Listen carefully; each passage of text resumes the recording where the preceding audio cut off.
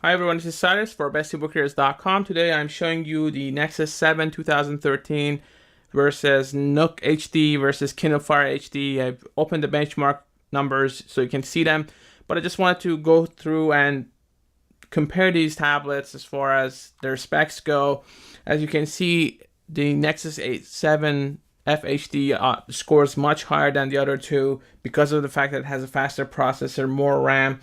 When we talk about NOOK HD, it does have a better display as far as resolution goes, better display than the Kindle Fire HD.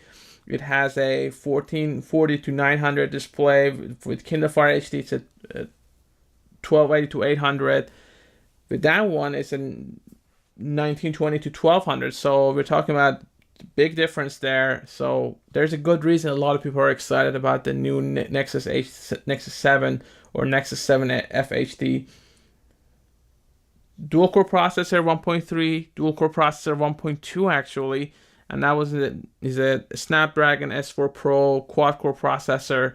So we're talking about the big difference in performance, and that's why that scores a lot higher. If you're talking about as far as cameras go, this one doesn't really have a camera. That one has a 5 megapixel front and 1.2 megapixel back, and the Kindle Fire HD has a 1.3 megapixel camera with no rear camera, and that was actually expected considering that the first Kindle Fire didn't have a camera, and now that's cheaper on Amazon. You can buy the Kindle Fire plain Kindle Fire device, and then Kindle Fire HD, and then Kindle Fire HD 8.9. I'm not using 8.9 here because the display sizes are different, and you could argue that it's in a different category per se because 7-inch tablets are much easier to hold, whereas you go a little bit larger and we're talking about maybe a different audience. Now, some people prefer the iPad, which is a 10-inch tablet, or the Nexus 10, which I personally love because it's fast and does everything I need, but that's not part of this review. So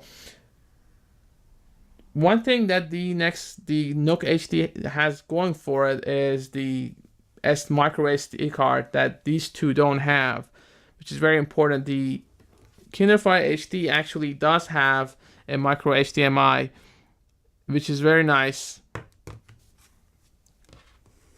The Nexus 7 tablet, it does have a slim port support. You are going to have to buy a cable, I believe, that costs you $15 to $20. It could be less, so correct me if I'm wrong. But you just still have to buy a cable. You can't just use one of these adapters or connectors.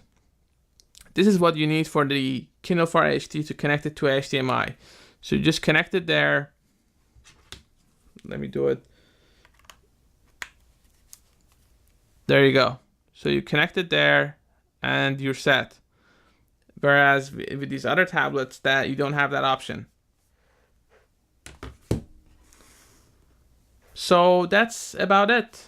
As far as the scores go, we can argue that they're not totally accurate. I've seen higher numbers for the Kindle Fire HD. This here is actually 6,300, which is a little bit low, but I've seen higher numbers, I've seen lower numbers. It really comes down to where you go, which source you go to.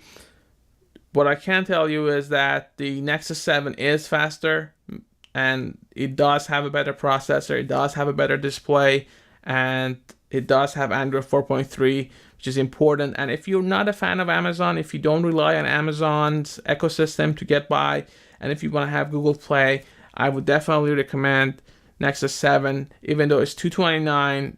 I know a lot of people want to get a cheap tablet for $100, but think about it. When you get a $229 tablet like that, it's gonna last you a while. In a year from now, it's not gonna feel like your tablet is 1,000 years old, because these tablets get slower. New apps come out. You're gonna have more shiny tablets on the market, and I don't know about you, but I personally don't want to buy new tablets all the time. I have to for my job, but that's a good excuse to have. But at the same time, a lot of people just want to buy a tablet that lasts them maybe for 2 years, and I think that Nexus 7 probably does.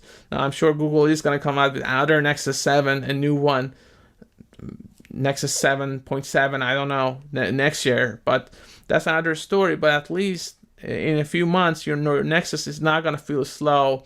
If you don't mistreat it, and if you get a case for it, you get a screen protector for it and things like that, it's going to feel like new and feel speedy enough to last you for a while. So I hope you enjoyed this short comparison. For more information, please go to bestebookreaders.com. We're going to have a more detailed version of all the data that we gather.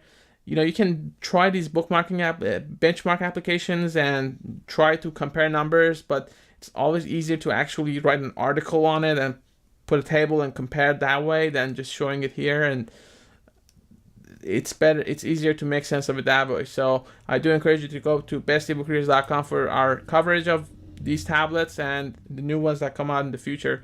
And if you have any suggestions, I appreciate if you email us, or if you want a tablet for us to review, or if you want to send us a tablet to review, again, go to bestebookreaders.com. Thanks very much for watching, guys.